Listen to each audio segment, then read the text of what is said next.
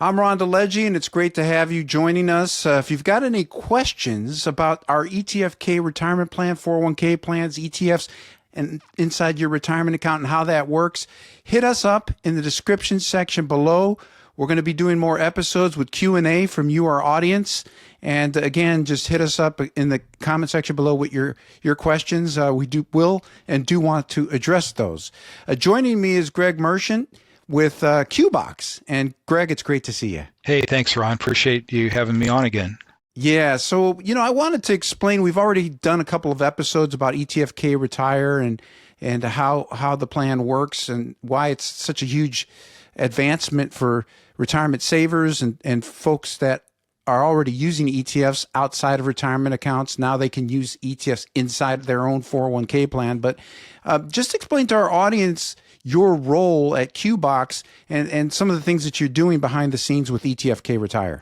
Yeah, Ron. So what we do is we're what's called the investment manager or investment fiduciary for the platform.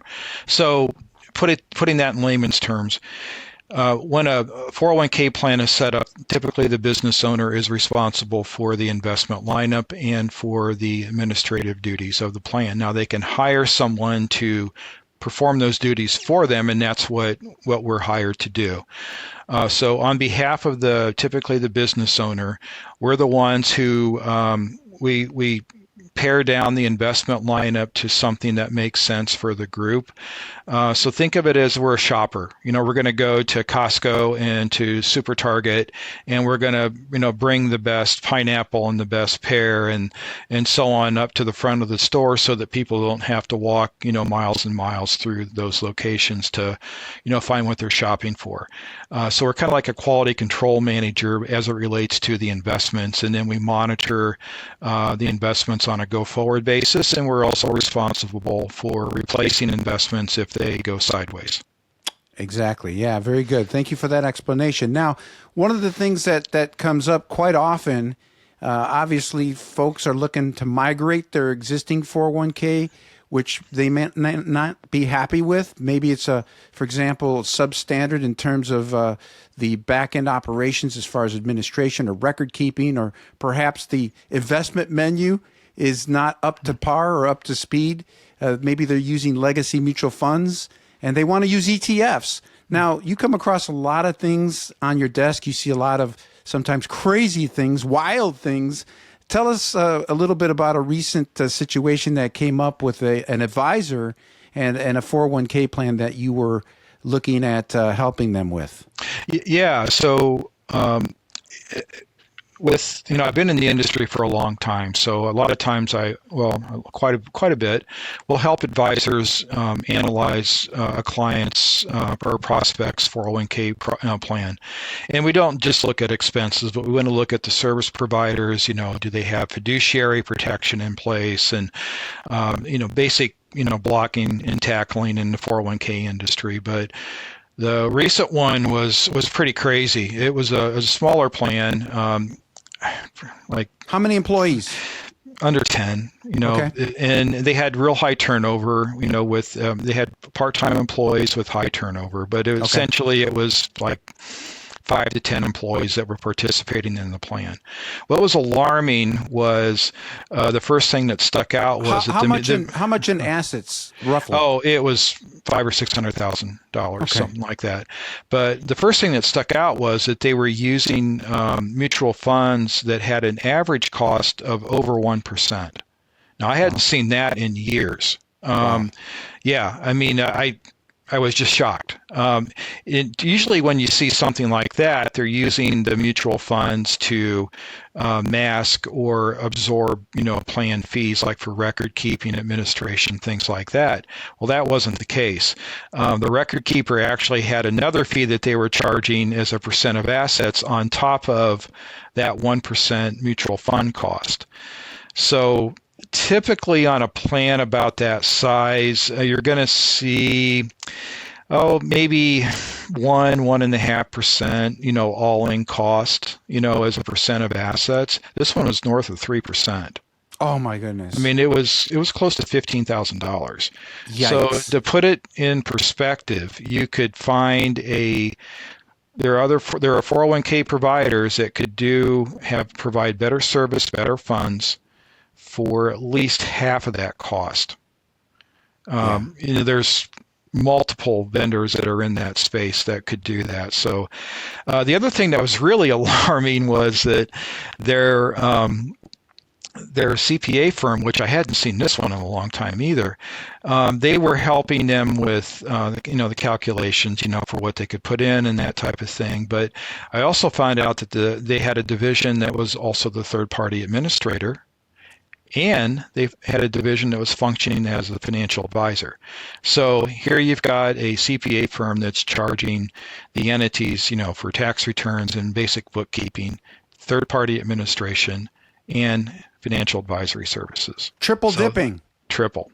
Now, I'm sure they disclosed it, and hopefully they did. But it was, I hadn't seen anything like that in a very, very long time. Yeah, and I don't think the thing is with charging for 3 separate services is fine, but when you're charging 3% on a 401k plan, all-in cost, I mean, that's just unacceptable. Oh, absolutely, yeah. Especially on if you're in the industry, you have a pretty good feel where things are. This was not a complicated 401k plan. They didn't have, unusual profit share calculations and stuff like that. Yeah, this was, literally double what they should have been paying for it. And as we went through it, they didn't even know that a simple IRA was available to them, and didn't even know what one was. So essentially, what they were able to do was, or what they're probably going to do, is instead of paying the $15,000 a year for services, they'll probably just set up a simple plan next year and then use that $15,000 for match. Employee it's match. A small enough plan that may be the better solution. Yeah. But you bump into an interesting and raise an interesting point here.